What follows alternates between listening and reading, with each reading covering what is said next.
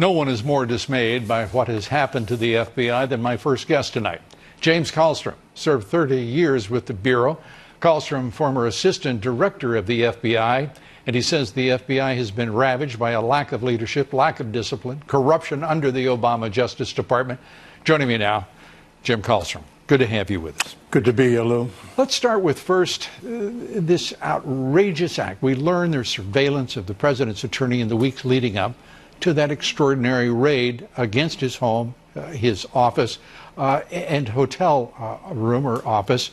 Your thoughts? Well, you know, it's incredible. I look back at some history here, and back in the 80s and 90s, the saving and loan crisis, right? Over 1,000 SNLs, 1,000 plus SNLs went under. Right. You know, a lot of it was criminal there, right? Not one law firm in the United States was issued a search warrant in that incredible. Right. And here, this four-person law firm is the subject of this search warrant. Now, you know, it could be, I don't know the facts, Lou, but it takes a criminal predicate to get a Title III, under Title III, to get a wiretap, number one. Right. The media is reporting there was a wiretap. I find that that's probably unlikely. Right. I don't see where they could get the probable cause for that. But to execute a search warrant, they got to articulate a criminal act, a predicate.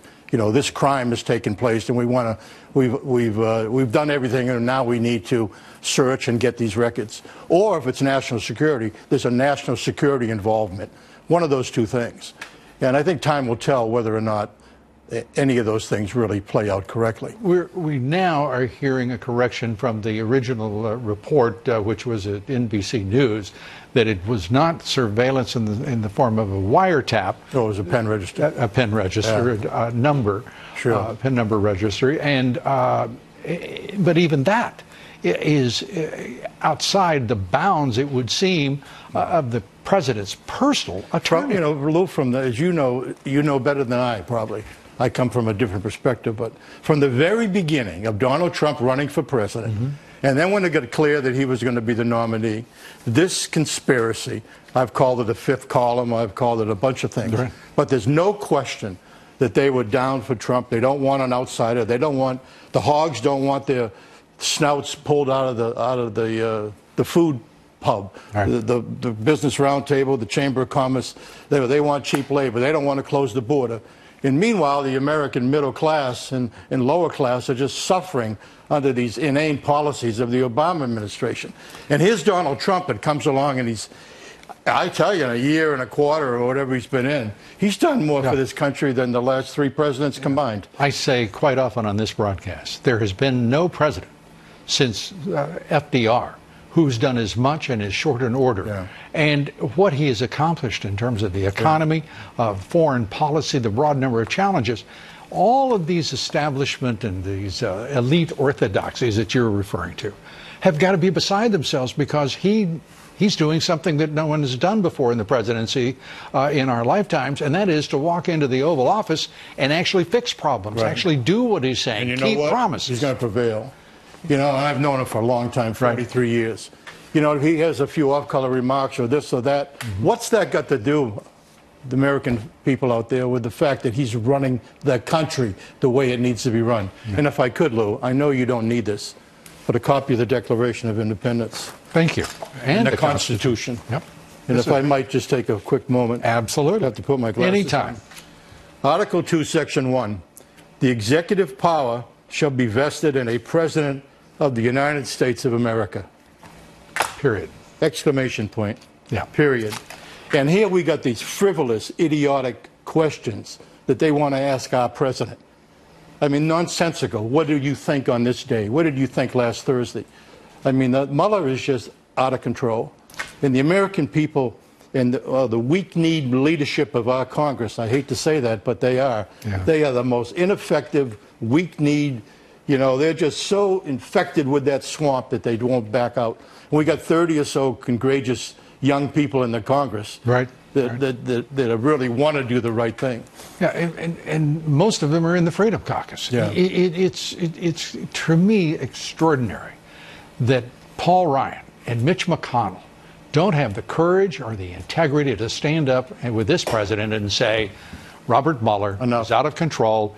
Yeah. He is running an extra legal operation and has in fact formed a super authority over our constitutional republic that is not envisioned by our founders, and certainly not by the Constitution of the United States. And it's not funny, as you know, Lou. It's sad. It's very, very sad what's going on with these people. It's just outrageous.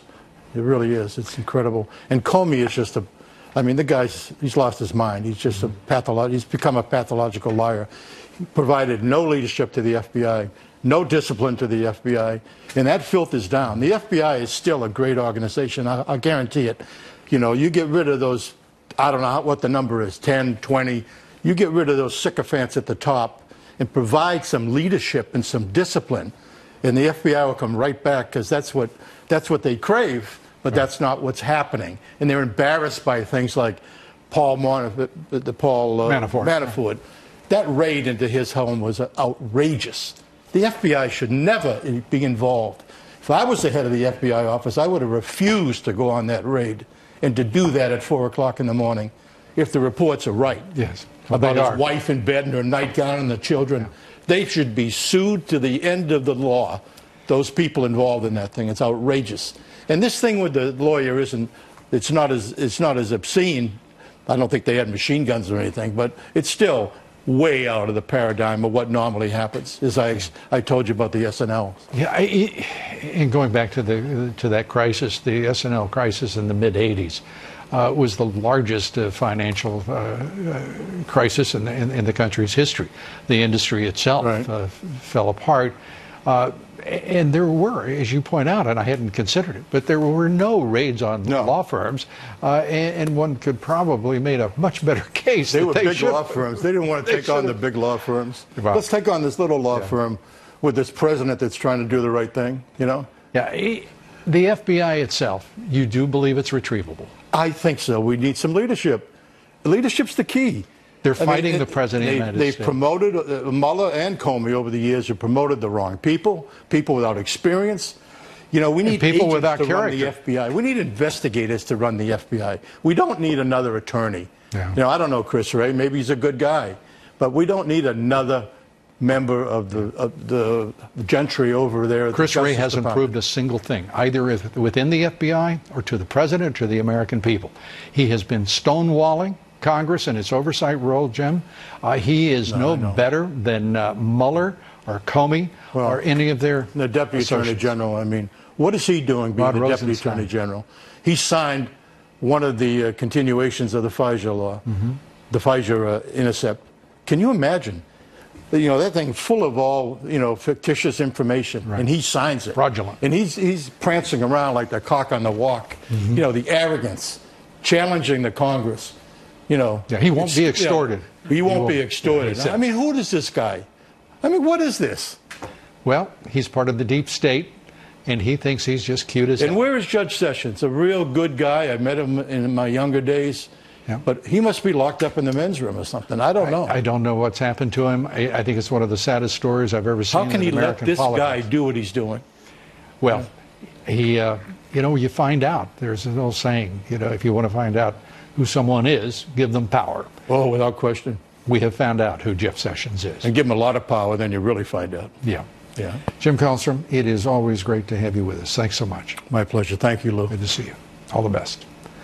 I think we have ample facts revealed to us during this last year and a half that high-ranking people throughout the government, not just the FBI, high-ranking people had a plot to not have Hillary Clinton, you know, indicted so that she could remain the flawed candidate that she was, which in my view was stupidity. And they also had and even this Strzok guy talked about this. They had a backup plan to basically frame Donald Trump. And that's what's been going on. This whole thing, in my view, is just total phony. I mean, how would you feel, someone out there in America land, if somebody was just had a phony scheme about you and went on for months and months and months? Yeah, and that's what's going on. There was coordination between Loretta Lynch's DOJ and the FBI. How do you know? Well, I mean, we know because we have a number of documents, a growing body of evidence, Brian, that now would suggest that Director Comey, who under sworn testimony a number of times have said there was no coordination between Loretta Lynch's DOJ and our FBI investigation. Not only was that false, but we know that over and over again now we have emails that would suggest that that testimony was false and at best misled the American public, at worst was lying to Congress. And here we are today with emails, text messages that says that even the no coordination message that Director Comey put out on that infamous day in July was actually suggested by the Department of Justice. Here's the text. Timing looks like hell, Peter Strzok says to Lisa Page. Will appear choreographed. All major news networks literally leading with the AG to accept the FBI director's recommendation. Yeah, this is awful. Nothing we can do about it. I mean, this is like a third-rate movie playing out on text messages. These people are supposed to be guarding our secrets and seeking truth and justice. They don't even know how to secure their own texts. Well, it's interesting that they would go back and forth saying that the timing looks awful, but there's even another email from the Department of Justice that would indicate that on how to articulate the exoneration of Hillary Clinton. And so as we look at that, there's also additional evidence that would suggest that DOJ narrowed the scope of the Hillary investigation to make sure that she was exonerated. Mark Meadows, thanks for joining us. Keep that staff working because we need to get the facts. Appreciate it. The abuses at the Obama Justice Department and FBI in front of the FISA court go to the bone of the function of the Justice Department. And the key to this, the key to the lying and the misrepresentations to the FISA court is going to be John Brennan, James Clapper, James Comey, and the senior officials at the Justice Department. When there is a federal grand jury, in addition to the Nunes Committee investigation into the State Department, people will be forced by subpoena to give testimony as senior Department of State officials who are currently there or who have left. I think it will be demonstrated that they colluded with Clinton administration representatives and campaign officials and people like Sidney Blumenthal and Cody Shearer, who passed on completely unreliable information which they hoped would be passed along to the FBI, and in fact it was, and that information was used fraudulently to obtain FISA warrants. This is why, Lou, the only way to get these answers, once the Nunes Committee is done, is to have a federal grand jury force all of these State Department people, CIA, DNI people, FBI, DOJ senior people, under oath in a grand jury. It's the only way we're ever going to get the full story. And to add another twist, Lou, Rod Rosenstein, the Deputy Attorney General, is a witness. He should be recused from this altogether because he's going to have to testify why he signed a FISA application. Comey and Strzok and all of those people, including senior Justice Department officials, this was a plot, a brazen plot to exonerate Hillary Clinton in the email server case, to ensure that she became president. And if by chance she lost, part of the plot was to frame Donald Trump with a false crime. And that's why the Steele dossier was used. It was designed to create a false narrative about Trump and his people and to be used ultimately against them if Hillary Clinton lost. This is why this is the single most important scandal of the last 50 years, because senior DOJ and FBI officials engaged in conduct that was designed to corrupt an American presidential election. It wasn't the Russians who corrupted the presidential election. It was the American officials at the Department of Justice and the FBI. We're going to discover that the Attorney General, Loretta Lynch, her deputy, Sally Yates, the head of the National Security Division, John Carlin, Bruce Orr, and other senior DOJ officials, and regrettably, line attorneys, people who were senior career civil servants, violated the law, perhaps committed crimes, and covered up crimes by a presidential candidate. But more than that, they tried to frame an incoming president with a false Russian conspiracy that never existed, and they knew it, and they plotted to to ruin him as a candidate and then destroy him as a president. That's why this is important. That's why connecting the dots is important, because the FBI now has to be completely reconstructed from the ground up. The men and women at the Bureau are great people. That's not who we're talking about. We never have been. We are talking about people like James Comey, McCabe, Strzok, Page, Baker, Prystep, who was a name nobody knows. He's the head of the counterintelligence division, and he was the one who was involved in planning this entire crazy thing involving Fusion GPS, the false dossier, and creating evidence. This is what people have to understand. What the Bureau did was, by working with Fusion GPS and giving contractors access to highly classified information which they had no legal right to see, they needed to create something they could give to the court, the Foreign Intelligence Court, so that they could get wiretaps and surveillance taps and email taps and phone taps on the Trump people, so that if there was anything, they could find it out. Of course, there was nothing. There never was anything. And they created false facts so that they could get surveillance warrants. Those are all crimes. Every single one of those acts constitutes a crime because it was done not for a legitimate law enforcement reason, not for national security reasons, but to create a false case against a candidate, Donald Trump, a president-elect, Donald Trump, and a president, Donald Trump. The FISA court opinion of April 27th of 2017 outlines a series of illegal disclosures to contractors. It is believed that among those contractors were Fusion GPS and CrowdStrike. CrowdStrike is the company that was used to bleach Hillary's computer. CrowdStrike, if what is being reported is true, and I've seen 2 reports about CrowdStrike being among the private contractors that were given access to raw 702 incidental collection of American citizens under FISA warrants. If that is true, they have committed crimes. The Bureau who gave them information committed crimes. There is huge civil liability for CrowdStrike and for the FBI officials. And right now, there's at least 2 lawsuits pending against Mr. Steele, the former MI6 agent who wrote the Steele dossier at the payment of Fusion GPS. Fusion GPS has been sued. I expect if these facts come out from the FISA court showing that these contractors got this information, they will all be sued. Now, they may declare bankruptcy and not be able to pay, but the people don't realize that this is already on the public record, that these things happen.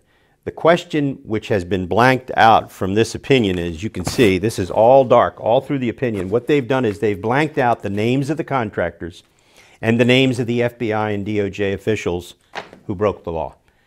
That is going to come out.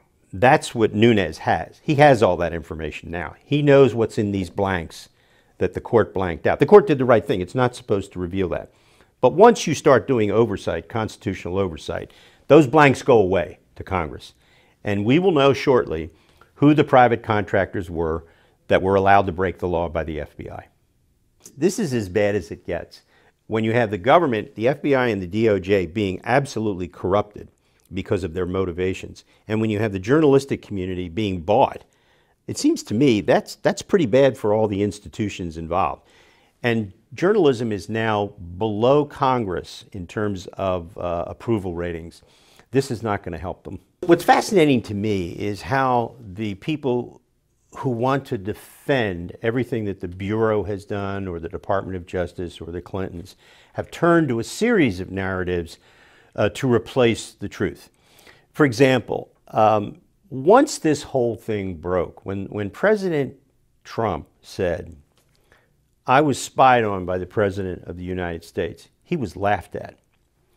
In fact, he was spied on by the President of the United States, by Barack Obama, under Barack Obama's orders, and under the orders of John Brennan and Clapper, the Director of National Intelligence, and Susan Rice, the National Security Advisor, and Ben Rhodes, the Deputy National Security Advisor. Because what they did, which was part of a scheme which began in the year 2016, was to try to figure out a way to help Hillary Clinton get elected by exonerating her in her email scandal in her private server in New York, and then she would be elected, and then the problem of Donald Trump would go away. The problem was she lost.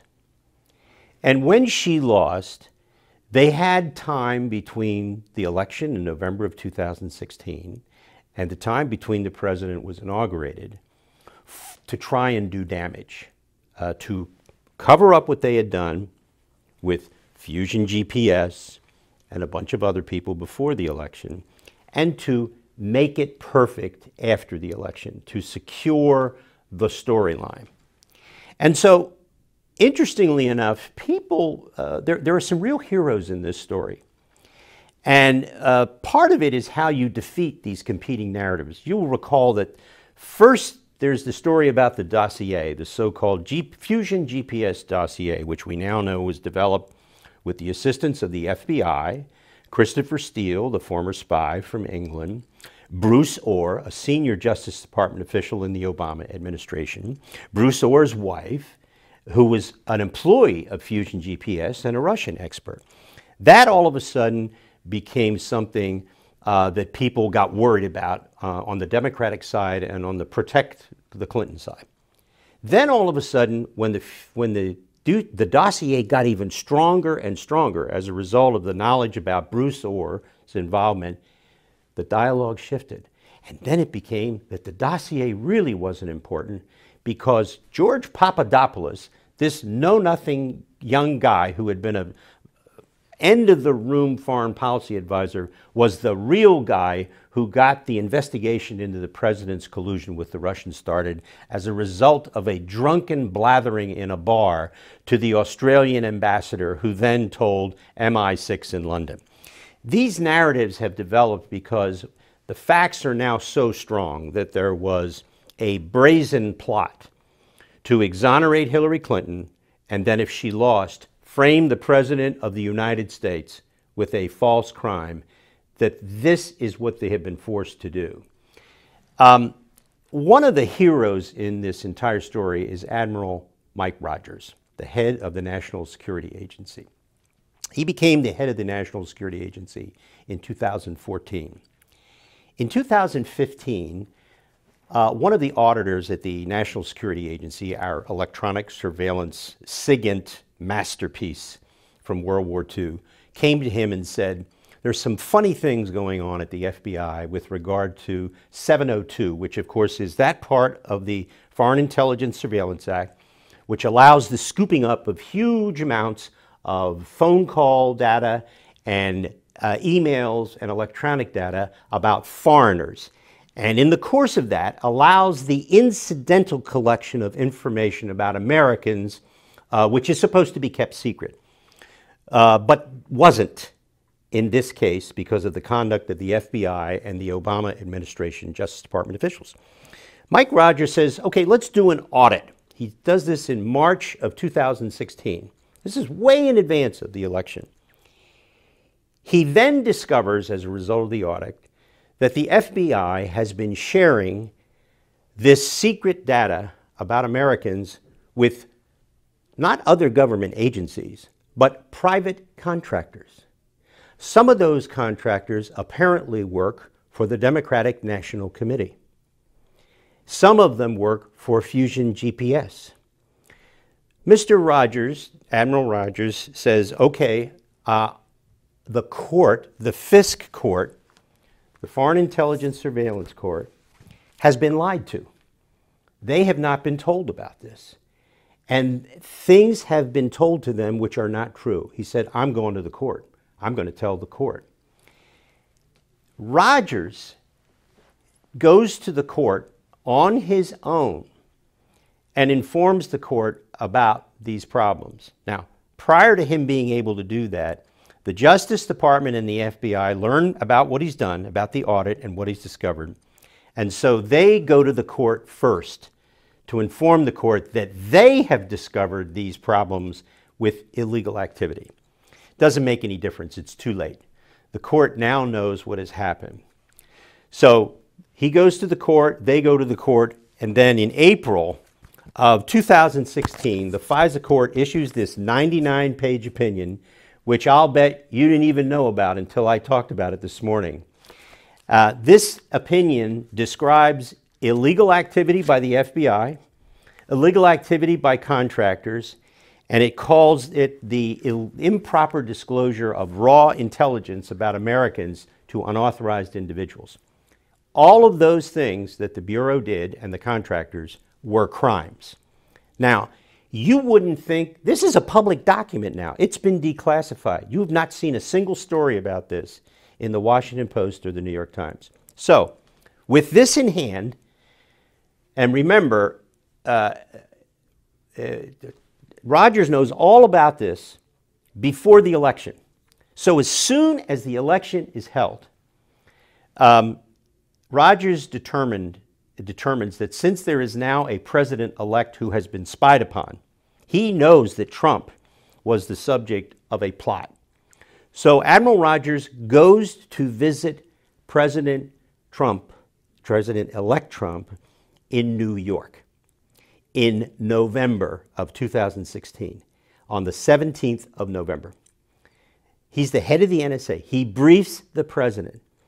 And it is after that briefing, the very next day, that President-elect Trump moves his entire staff out of Trump Tower to Bedminster, New Jersey, where his golf club is, and that's where the transition team stays until Trump Tower is debugged.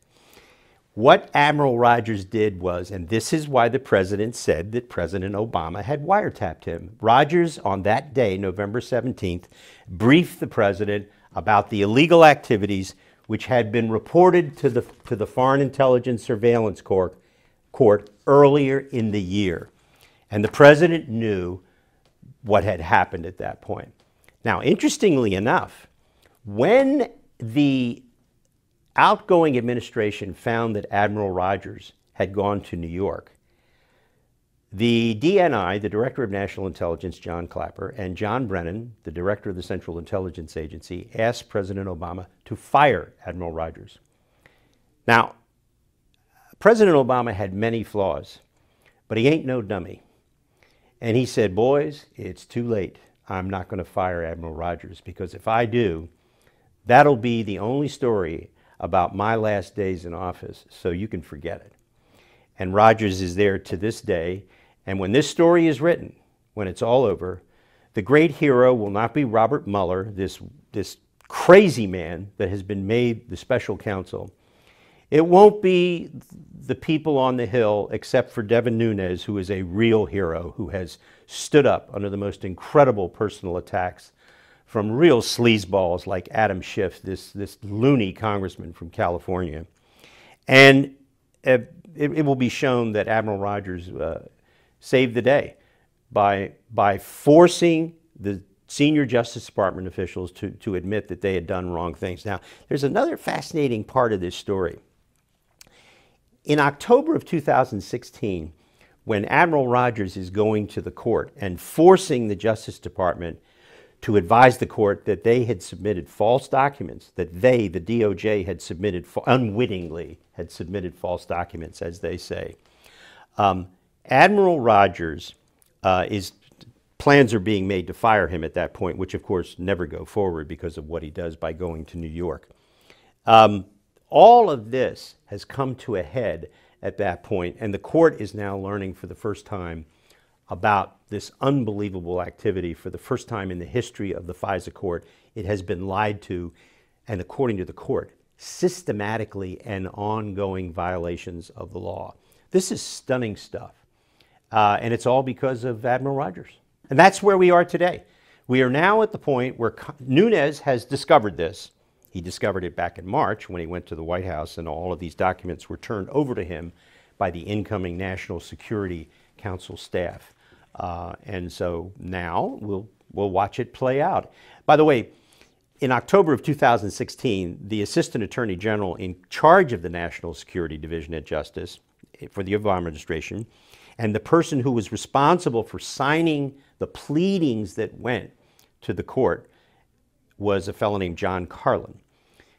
Once this material was submitted to the court in October of 2016, revealing the violations of the law, Carlin resigned and has not been heard from since. No one could figure out why Carlin resigned. And I don't know why he resigned. There was plenty of time left in the administration. He just left.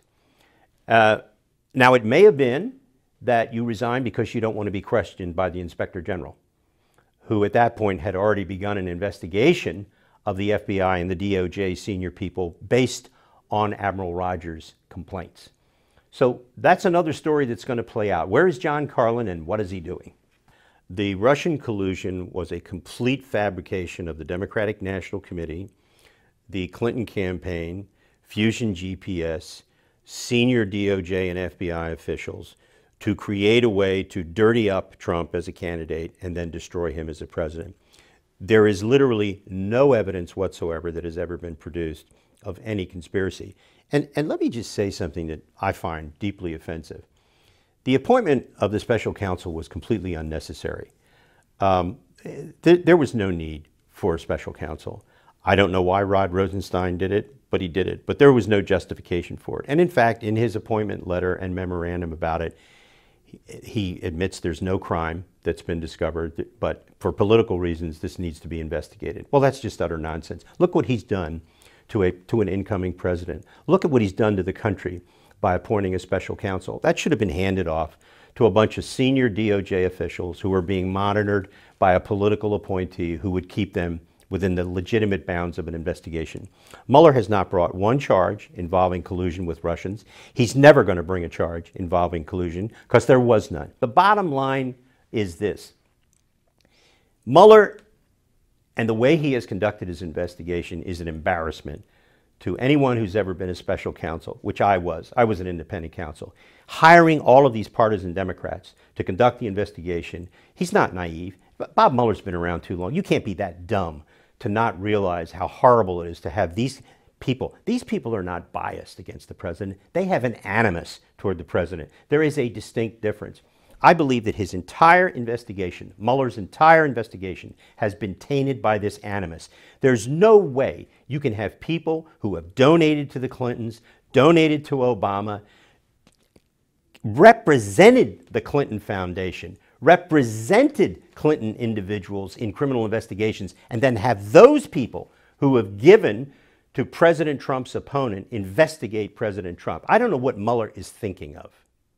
Since you're bringing up the Mueller investigation and the apparent focus on investigating Trump's Russian collusion, isn't it interesting that Mueller and Comey and Rosenstein and others were involved in a Russia collusion story for Obama Clinton? Mueller, first of all, never should have been appointed because there was no need for a special counsel. That's number one. Number two, he never should have been appointed because he knows James Comey. They're personal and professional friends and have been so for many years. Comey is a target of this investigation. He's clearly been involved in activities which could be deemed illegal and criminal. There's no way Mueller can investigate him or anybody else at the senior people that he worked with. And yet, here he is investigating Russian collusion when he presided over, as FBI director, the investigation into Uranium One, which was a clear kickback bribery scheme by the Russians to bribe Bill Clinton as ex-president with speech money, to bribe Hillary Clinton with speech money for her husband and $145 million in contributions to the Clinton Foundation, and to get a result of selling 20% of the uranium supply of the United States to a Russian-controlled company. The notion that Mueller could investigate that, having been a party to the investigation, is ridiculous. But here's the other thing.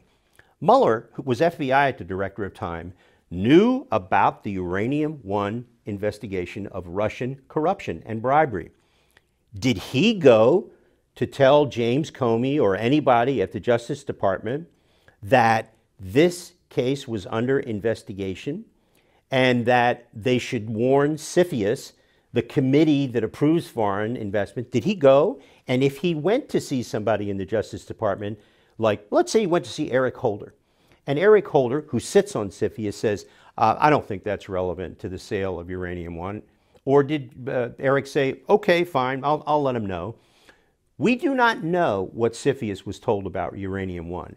There have been published reports that they were told nothing about it. And here's the other part of this. If Mueller knew that this was there, why didn't he go to CFIUS on his own and say, I don't know what you're being told, but I'm going to report to you that this is pretty serious stuff and you need to know about it. He didn't do that. Why didn't Mueller do that? And so what we're left with is this nagging sensation that all of a sudden these really great investigators lose all of their skills and nobody talks to anybody about Uranium-1. The other thing is this. Everybody always says in defense of Hillary, well, she was only one of 9. There were 9 agencies. But they forget the most important fact of all. It only takes one vote to stop a deal. Hers. And you know what? She was bought. She wasn't going to vote no. She knew about the bribery that was going on. Her husband was involved in it. She could have stopped the Uranium-1 sale with one vote. That's all it takes in CFIUS. If one member of CFIUS, 1 of 9, says no, it is done. She didn't vote no, and she could have. So the answer to this is, it's not that she was 1 of 9, it's that she was 1 of 9, and she didn't stop it.